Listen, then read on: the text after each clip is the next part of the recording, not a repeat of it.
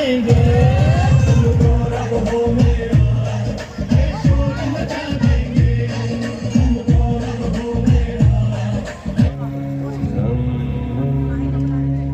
शरणं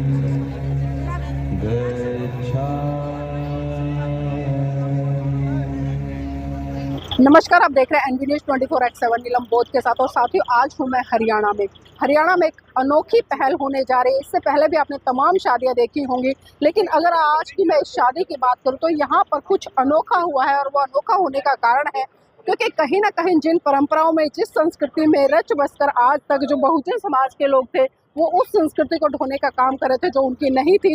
लेकिन आज जो वर वधू है, दोनों के परिवार ने एक संकल्प लिया और कहीं ना कहीं एक निष्कर्ष पर पहुंचे। और आप देख सकते हैं यहाँ पर जो तथागत बुद्ध और बाबा साहब की जो प्रतिमा स्थापित और यहाँ पर भंते जी भी है, तो इसी से आप समझ सकते हैं कि एक संस्कृति है वो एक तरह से परिवर्तित हो रही है। और परिवर्तित नहीं बल्कि अपने दोबारा से अस्तित्व को स्थापित करने का प्रयास कर रही है। और जो संस्कृति हम पहले देखते थे जिसके कारण भारत कहीं ना कहीं विश्व गुरु कहलाया, आज उसी संस्कृति का परचम यहाँ पर लहराने का काम किया जा रहा है और उस संस्कृति को स्थापित करने का काम किया जा रहा है। इस कड़ी में अगर मैं बात करूँ धम्पत संघ की, क्योंकि धम्पत संघ के माध्यम से ही यहाँ पर हम सबको आने का मौका मिला। और तमाम देख सकते हैं आपकी जो वर वधू का पक्ष दोनों यहाँ पर सम्मिलित है और उनकी ही रजामंदी से कार्यक्रम संपन्न होने जा रहा है। तो साथियों, आइए देखते हैं। और मैं चाहूंगी कि आप इस वीडियो को लाइक जरूर कीजिएगा, शेयर जरूर कीजिएगा और कमेंट कर जरूर बताइएगा कि आपको इस तरह का परिवर्तन किस दिशा की तरफ लेकर जाता है और आपको क्या सोचने पर मजबूर करता है, विवश करता है, या आपको क्या प्रेरणा देता है।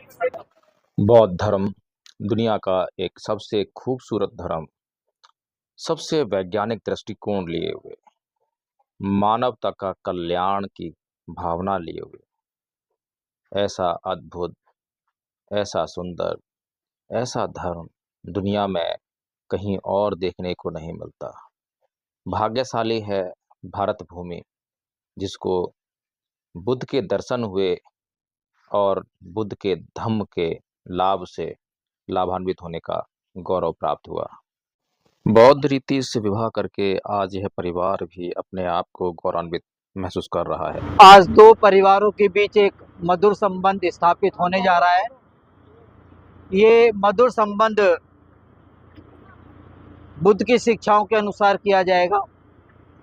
बुद्ध की शिक्षाओं में जब हम कोई भी कार्य करते हैं तो उसके लिए हम बुद्ध धम्म संघ की शरण जाते हैं, साथ साथ उनके बताए हुए 5 नियमों को दोहराते हैं। उसके बाद हम कोई भी आगे का कार्य चालू करते हैं। धम्म संघ को नमन करेंगे, बोलेंगे बुद्धं नमामि, ऐसे वंदन करो। धम्मं नमामि, वंदन करो। संघं नमामि। अगर हमसे किसी प्रकार की कोई भी गलती हुई हो तो उसके लिए एक बार क्षमा याचना करेंगे, बोलेंगे ओकाश वंदामि वंते द्वारतेन मया कतं सब्बंग अपराधं क्षमतु मे भंते। भंते, मैं आपको वंदन करता हूँ, काया से, वाणी से या मन से। अगर मुझसे कोई अपराध हुआ हो क्षमा करें। ऐसी आपने भगवान से 3 बार क्षमा याचना की। नमो तस् भगवतो अरहतो सम्मा संबुद्धस्स। बुद्धं शरणं गच्छामि, धम्मं शरणं गच्छामि, संघं शरणं गच्छामि, पाणातिपाता वेरमणि सिक्खापदं समादयामि। भगवतो अरहतो सम्मा संबुद्धस्स, यानी उन भगवान अरहंत सम्यक संबुद्ध को मेरा नमस्कार है। सूरा मेरे मज पमाद अट्ठाणा वेरमणि सिक्खापदं समादयामि। मैं कच्ची शराब, पक्की शराब एवं किसी भी प्रकार का कोई भी नशीला पदार्थ नहीं सेवन करूंगा, ऐसी शिक्षा ग्रहण करता हूं। आपने अभी ये 5 शिक्षाएं ग्रहण की, ये शिक्षाएं हर जाति के लिए, हर संप्रदाय के लिए समान रूप से काम करती हैं, क्योंकि धर्म केवल किसी एक व्यक्ति के लिए नहीं होता। धर्म वह है जो सबके ऊपर समान तरीके से काम करता है। समन्ता चक्रवालेषु अत्रा गच्छन्तु देवता सततं मुनिराजस् शृण्वन्तु साग्मोक्तं धम्मश्रवणकालो अयं बदन्ता। अनेक जाति संसारं संधा विसंग अनिविसंग गहकारक अंग विसंतो दुखा जाति पुनः पुनः गहकारक दिठोसी पुनः गेहं न काहसी सब्बा ते फासुका भग्गा गह कूटं विसंकितं विसंखार गतं चित्तं तणहानं खय मज्जगा।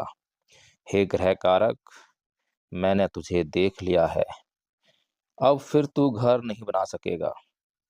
तेरी सभी कड़ियां भगन हो गईं, ग्रह का शिखर धराशायी हो गया, चित्त संस्कार रहित हो गया है, अर्हत्व प्राप्त हो गया है, तृष्णा का क्षय हो गया है। जी हाँ साथियों, यह धर्म बहुत ही मूल्यवान है। केवल बौद्ध धर्म में केवल बुद्ध ने तृष्णा को पहचाना, तृष्णा को सभी दुखों का कारण बताया। आज यह दो परिवारों का मिलन है। दोनों परिवार नाना प्रकार के दुखों से घिरे हुए होंगे। हर किसी के जीवन में दुख तो है ही। जाति भी दुखा, जरा भी दुखा, व्याधि भी दुखा, मणाम भी दुखा, शोक परिदेव दो मनस्य उपाया सा भी दुखा। पिये ही विपयोगो दुखो, अप्ये ही संपयोगो दुख। यम्पि छंगने लवती तम्पि दुखं, संखतेन पचुपादान खंदापि दुख। दुख ही दुख है, इस जीवन में दुख ही दुख है। जन्म लेना दुख है, बुढ़ापा दुख है, रोग दुख है, मृत्यु दुख है। जिनको हम चाहते हैं उनसे बिछुड़ना दुख है, जिनको हम नहीं चाहते उनसे मिलना दुख है। जिन चीज़ों को हम पाना चाहते हैं वे नहीं मिलती हैं तो दुख होता है। कुल मिलाकर 5 स्कंदों से निर्मित ये शरीर दुखों का घर है। भगवान बुद्ध ने इस बात को जान लिया, दुख के कारण को पहचान लिया और दुख के कारण को नष्ट कर दिया। दुख के कारण को नष्ट करते ही दुख जीवन से दूर हो गया और परम सुख बुद्ध को प्राप्त हो गया। उसी परम सुख के लाभ से भगवान बुद्ध ने आजीवन जब तक वे जीवित रहे पूरे संसार को लाभान्वित करने का प्रयास किया।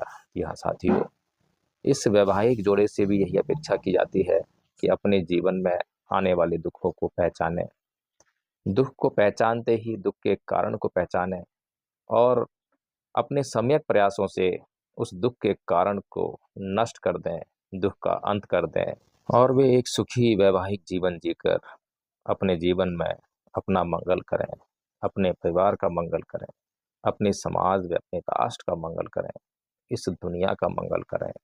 हमारे जीवन में असली दुख असत्य है, क्योंकि जिसे हम देख रहे हैं, जिसे हम सत्य समझ रहे हैं, जिसे हम सही समझ रहे हैं और जिसे सत्य व सही समझकर हम अपने जीवन में आचरण कर रहे हैं, उससे हमारा अमंगल ही अमंगल हो रहा है। नाना प्रकार का अमंगल हो रहा है। हिंसा करना हमारे लिए आज मनोरंजन का विषय बन गया है। फिल्मों में हम हिंसा देखते हैं, उत्तेजना आती है, बदले की भावना पैदा होती है, द्वेष पैदा होता है, घृणा पैदा होता है। इन संस्कारों से हमारे चित्त का निर्माण हुआ है और ये जो चित्त का निर्माण हुआ है, ये बार बार जब भी ऐसी घटनाएं घटती हैं तो वे हमें द्वेष, घृणा, हिंसा करने के लिए बरबस ही मजबूर कर देती हैं। यही शिक्षा बुद्ध ने दी कि आप अगर इस अमंगल से बचना चाहते हैं तो अपने चित्त का निर्माण कीजिए, स्वच्छ चित्त का निर्माण कीजिए, द्वेष, हिंसा, घृणा से रहित चित्त का निर्माण कीजिए, संस्कार रहित बनिए, संस्कार रहित बनिए, संस्कार रहित बनिए।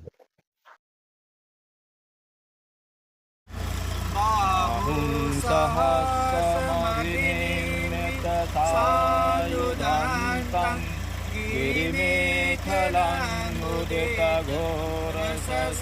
गिरिमेखलान्मुदितघोरससेनमारं दानादिधम्मविधिना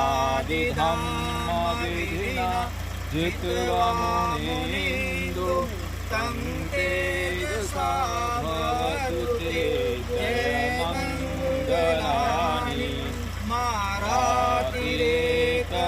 मारातिरेकमभियोजित सागराति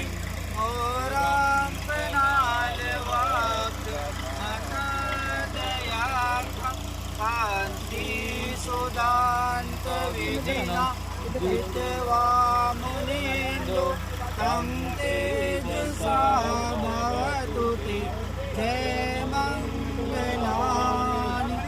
नानागिरिङ्गजवरम् अतिमात्रभूतं दावाग्योचक्रमसनीव सुदानुनन्तं मेताम्बुसेकविधिना जित्वा मुनीन्दो तं तेजसा भवतु ते जयमङ्गलानि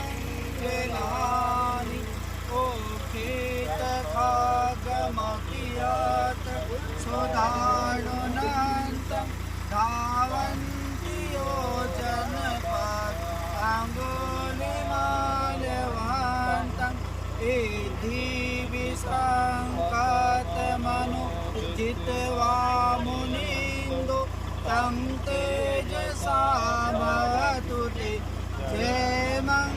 जयमङ्गलानि कटवान् कटमुदरम् इव गाभिनीया चिञ्चाय दोषवचनं जनकाय माते सन्तेन सोमविधिना जित्वा मुनीन्दो तं तेजसा भवतु ते जयमङ्गलानि सत्यं विहाय मतिसत्यवादकेतुं वादाभिरोपितमनम् अत्यन्धभूतं कैयापदीपजलितो जित्वा मुनीन्दो तं तेजसा भवतु ते जयमङ्गलानि नन्दोपनन्दभुजगं विबुधां महीतिं उत्तेन तेर्भुजगेन दमापयन्तो एतोपदेशविधिना मुनीन्दो तं तेजसा भवतु ते जयमङ्गलानि दोकाहदेतिभुजगेन सुदटहतं ब्रह्मां विशुद्धि ज्योतिमिदिवकामिदानं ज्ञानागदेन विधिना जित्वा मुनीन्दो तं तेजसा भवतु ते जयमङ्गलानि